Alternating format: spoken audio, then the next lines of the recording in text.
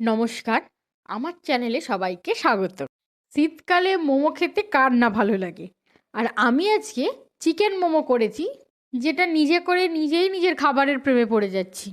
আর এই রান্নাটা আমি আপনাদের সাথে শেয়ার করব। আমার মতোভাবেই করলে আপনি নিজের খাবারের ওপর ফিদা তো হবেন, উল্টে যাদেরকে খাওয়াবেন তারাও ফিদা হয়ে যাবে।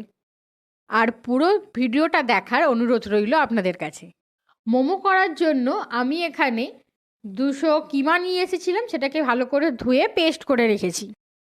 আর এটাকে ম্যারিনেট করার জন্য লাগবে 1 চামচ আদা রসুন বাটা, একদম ছোট ছোট কুচি কুচি করে কাটা একটা হচ্ছে পেঁয়াজ, 1 চামচ মেয়োনিজ, 1 চা চামচ জিরে গুঁড়ো, আর একটু হচ্ছে শেজওয়ান সস নিয়েছি। আপনারা চাইলে নিতেও পারেন, নাও নিতে পারেন। আর 1 টুকরো লেবু।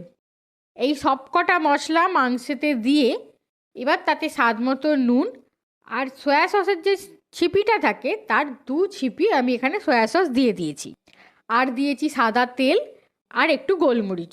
সেটাকে ভালো করে ম্যারিনেট করে ভালো করে মেখে নিয়ে আমি আধ ঘন্টার জন্য রেখে দিয়েছি।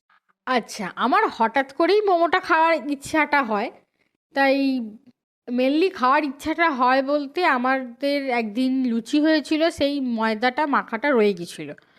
আমি মাঝে সাঝেই এগ রোল বা হচ্ছে মোগলাই এসব তৈরি করে করে খাই। আজকে আর ইচ্ছা করছিল না, তাই মনে হলো একটু স্টিম মোমো করে খাই। নর্মাল যেভাবে ময়দা মাখে মানে লুচি পরোটার জন্য, সেরকমভাবে ময়দা মাখলেই চলবে। শুধু দেখবেন যেমন ফুচকার যে সাইজগুলো হয় মানে লেচি করলে একদম ছোট ছোট লেচি, সেই রকমভাবে লেচিগুলো শুধু কেটে নিতে হবে।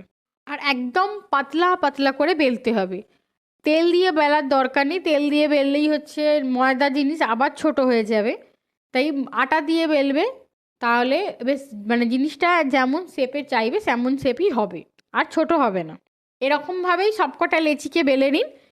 আপনারা বুঝতেই পারছেন কতটা পাতলা হয়েছে, আমার আঙুলগুলোও পুরো বোঝা যাচ্ছে। মাংসের যে পুরটা আমরা করে রেখেছিলাম সেটা একটু একটু করে মাঝখানে দিয়ে দেবো। দিয়ে আমি এখানে যেমন ইচ্ছা পেরেছি তেমন ইচ্ছা হচ্ছে শেপ দিয়েছি। আর এরকমভাবেও করতে পারেন, আরও অনেক শেপ আর যেমন ইচ্ছা করে শেপ দিয়ে এবার যেমন পিঠে করে সেরকম জল ফুটাতে দিয়ে এরকম ফুটো ফুটো ডিশে একটু তেল র্যাপ করে নিয়ে ওই মোমোগুলোকে দিয়ে দিতে হবে। আর দিয়ে 15 মিনিটের জন্য কম হিটে স্টিম করলেই মোমোটা পুরোপুরি রেডি। আমার হঠাৎই যেহেতু মানে ময়দাটা ছিল, ইচ্ছা করেছে বলে আমি এর জন্য কোনো স্যুপ করিনি, শুধু সস দিয়েই খেয়েছি। কিন্তু আগে যতবার করেছি এই যে মোমোর যে সিটগুলো এগুলো একটু মোটা মোটা হয়েছে, তাই আমার ধরতে সুবিধে হয়েছে আর শেপ দিতে সুবিধে হয়েছে। কিন্তু এবারে আমি আরও পাতলা করেছি যাতে পুরো ট্রান্সপারেন্ট হয় সেদ্ধ হয়ে গেলে।